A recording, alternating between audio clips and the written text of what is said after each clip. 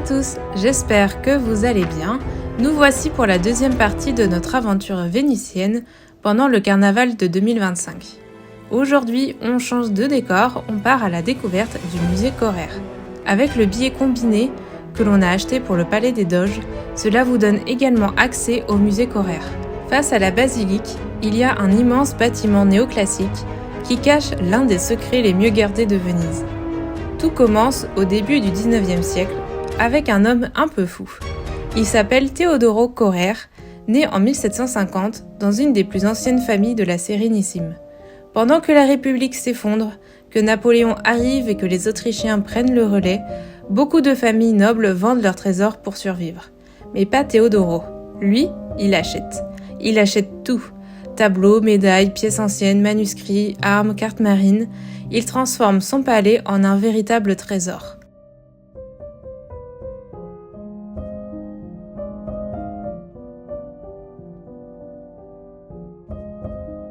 À sa mort, en 1830, il lègue toute sa collection, son palais et même de l'argent pour entretenir sa demeure à la ville de Venise, à la seule condition que cela devienne un musée ouvert au public. C'est ainsi qu'en 1836, le musée Correr voit le jour. C'est le tout premier grand musée de la ville. Au fil des années, le musée va grandir. Napoléon voulut s'y installer un temps, l'empereur voulait un palais moderne face à la basilique. Il a même rasé une petite église pour le faire. Finalement, il n'y a presque pas mis les pieds, mais les Habsbourg, eux, ont adoré l'endroit. La célèbre Élisabeth d'Autriche venait se reposer à Venise et elle séjournait précisément ici. Après 22 ans de restauration et près d'un siècle passé aux oubliettes de l'histoire, le palais royal de Venise, construit sur ordre de Napoléon, est habité par l'impératrice Sissi et rouvre enfin ses portes. Je cite le président du comité français, « Il a fallu faire sortir 5 administrations parce que ces pièces avaient été transformées en bureaux à la fin de la monarchie. L'une des pièces du palais a été retrouvée avec des néons plantés dans les plafonds, des câbles d'ordinateur qui perçaient les murs sur les fresques dans un état dégradé. »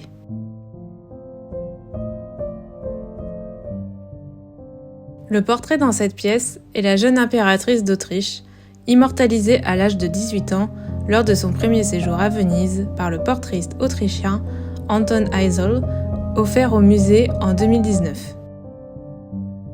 C'est elle qui a vécu le plus longtemps dans ce palais. Outre des visites ponctuelles, elle y a passé plus de 7 mois consécutifs.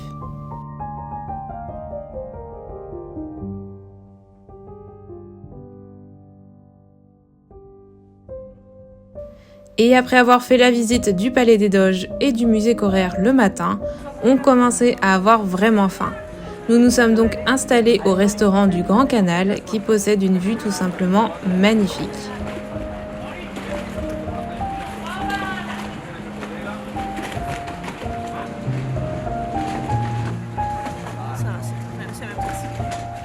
C'est quoi, c'est meilleur ? Hein? Il est meilleur ? Non, il est super simple. Ouais, ou ça peut être...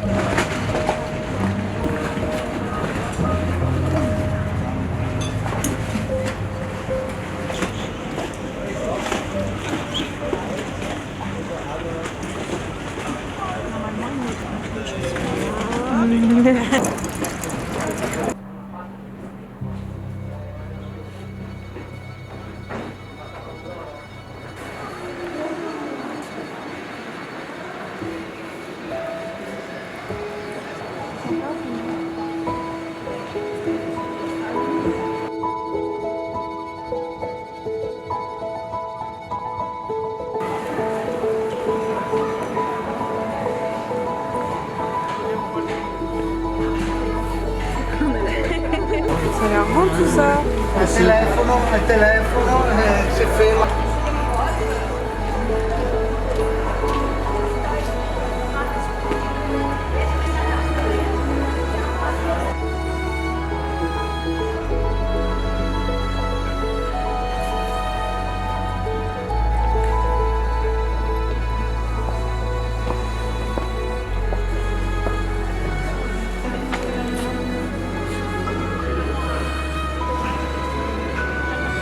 Je pense que oui, c'est pas Puis nous nous sommes baladés dans les ruelles de Venise à la recherche de l'opéra La Fenice, littéralement le phénix, qui malheureusement portera bien son nom au fil des siècles. Les nobles vénitiens, furieux de perdre leur scène préférée, décident de le reconstruire plus beau et plus grandiose. Ils l'appellent la Fenice, comme l'oiseau mythique qui renaît de ses cendres. Inauguré en 1792, il devient vite le temple de l'opéra italien. Et là, les grandes premières s'enchaînent, et surtout la Traviata en 1853. La première est un fiasco total. Verdi note dans son journal « fiasco complet ». Mais un an plus tard, la même œuvre triomphera.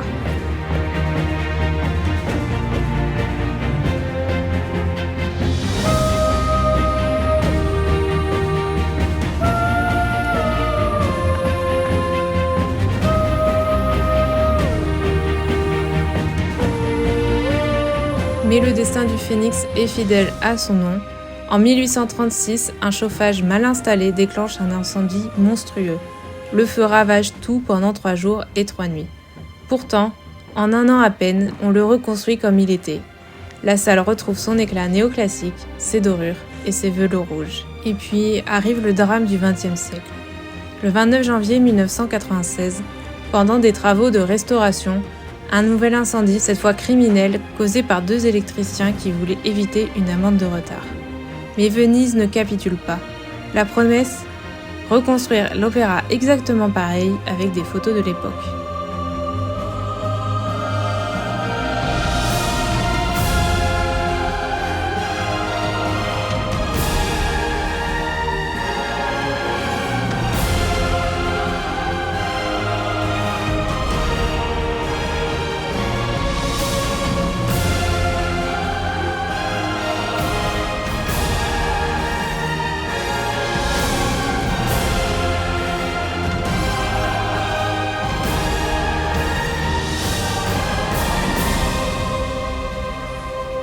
Sept ans plus tard, en décembre 2003, la Fenice renaît pour la 3e fois.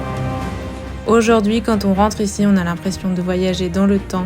Ces loges dorées, ce lustre immense, ce plafond bleu céleste. C'est une des plus belles salles d'opéra du monde, avec une acoustique légendaire.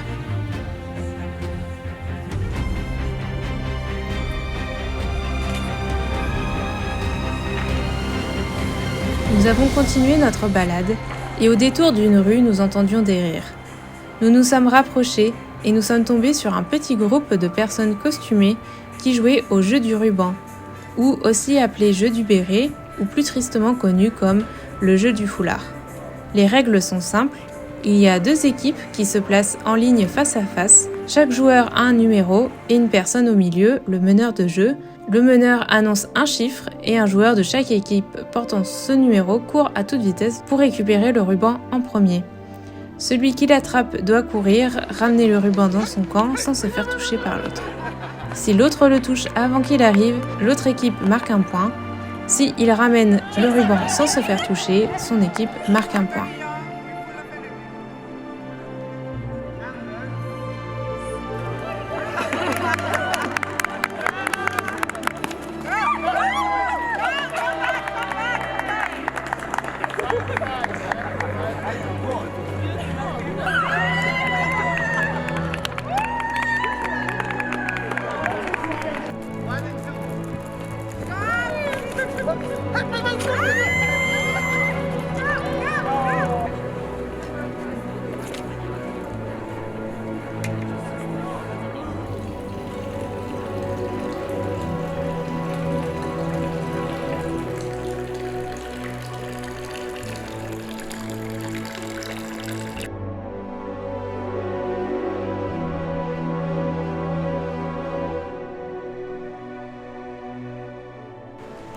Après toutes ces visites, nous étions crevés et nous avons terminé la journée tranquillement au gîte et aux alentours. Car il fallait être prête pour la journée du lendemain qui s'annonçait pleine de surprises. Nous nous sommes préparés avec Cynthia le matin, tandis qu'Alison nous a rejoints en milieu de matinée, car nous avions réservé une activité bien typique de Venise, celle qu'on ne pouvait absolument pas rater, une balade de 30 minutes en gondole. Oui, oui, oui, la vraie, la mythique, avec le gondolier en tenue rayée qui rame debout. Juste avant le grand tour. Le bientôt la Capella, je crois que ça s'appelle. Juste avant. Ah oui, d'accord.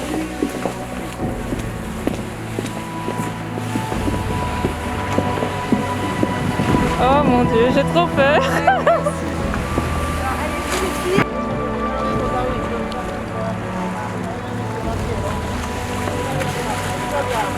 Et là, j'ai une petite anecdote pour vous. Saviez-vous que les gondoles existent depuis le XIe siècle? À l'origine, c'était juste le moyen de transport le plus pratique dans une ville, sans rue et sans pont. Au XVIe siècle, il y en avait jusqu'à 10 000 sur les canaux. Les nobles les décoraient comme des bijoux, tissus précieux, dorures, etc. Mais un jour, le Doge en a eu marre de cette compétition de luxe. En 1609, il a décrété « Toutes les gondoles doivent être peintes en noir ». Résultat, aujourd'hui, elles sont toutes noires et se fondent très bien dans le décor de Venise. Et d'ailleurs, si tu veux faire une reconversion professionnelle, il te faudra plus de 400 heures, apprendre l'histoire de Venise, plusieurs langues et même savoir nager pour devenir gondolier. Jusqu'à récemment, c'était un métier quasi exclusivement masculin, mais depuis 2010, il y a enfin une femme, Giorgia Boscolo.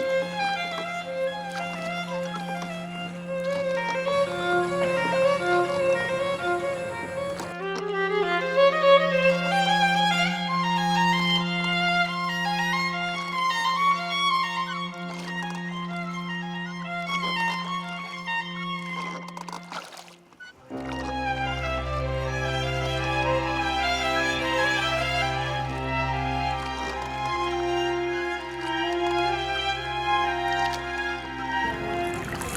froid par contre.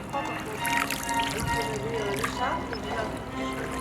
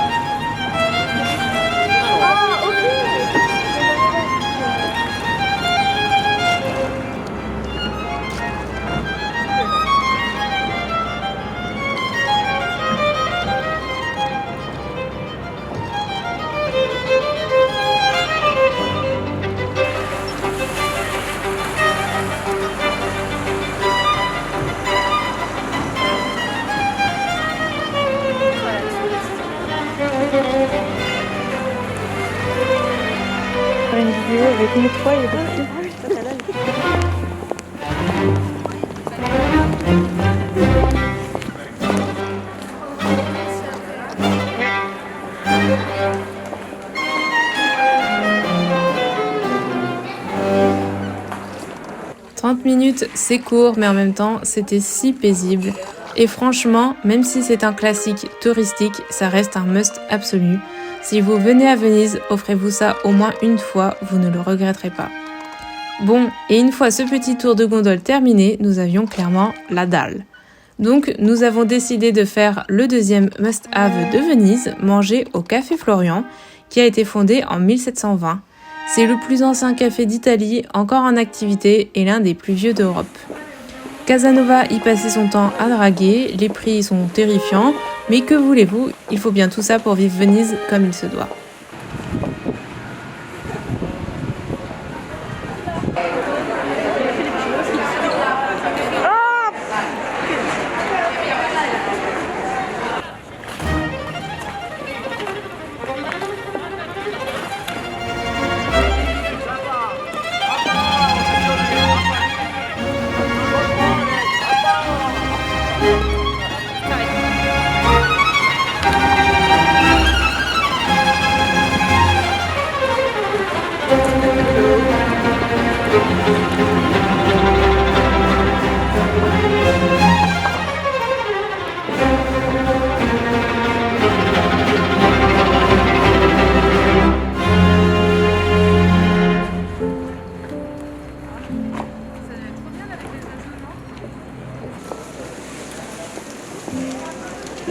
Ouais, c'est pas histoire, mais...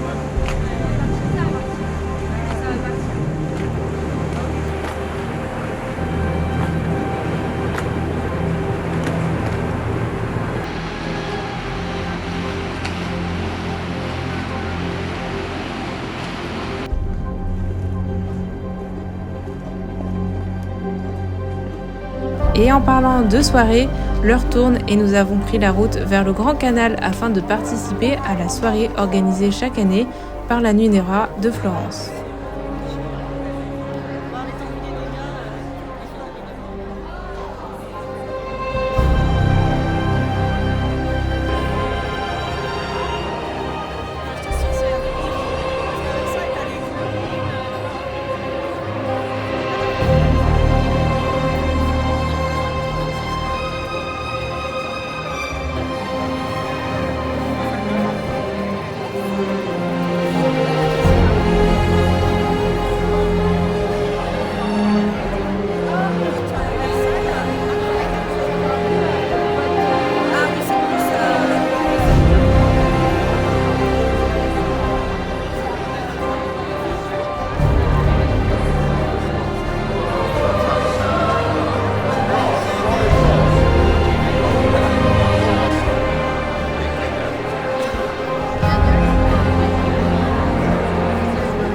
Le thème de la soirée était Vivaldi et nous en avons pris plein les yeux pour le lieu qui est magnifique mais aussi avec tous ces costumes de qualité.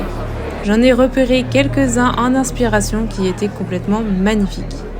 Et tu sais que la journée a été très longue en chaussures 18e quand tu décides de rentrer d'une soirée pieds nus, les chaussures à la main. Et voilà, notre aventure vénitienne touche à sa fin. On repart les yeux remplis de paillettes, mais le cœur un peu lourd aussi.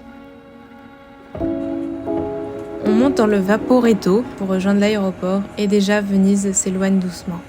Je regarde une dernière fois ces palais qui défilent, la lagune qui scintille sous le soleil d'hiver.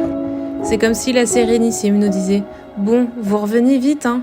Nous ne pouvons malheureusement pas y retourner pour cette année 2026, mais on se l'est promis, on y reviendra.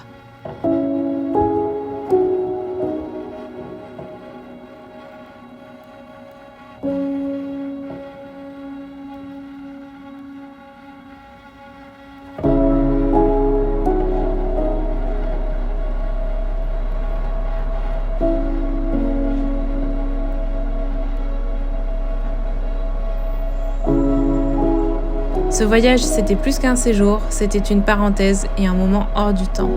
Merci d'ailleurs à vous tous qui avez suivi cette longue aventure avec nous. N'hésitez pas à liker la vidéo et à vous abonner pour ne pas rater la suite. On repart bientôt en voyage. Et dites-moi en commentaire, avez-vous déjà visité Venise ?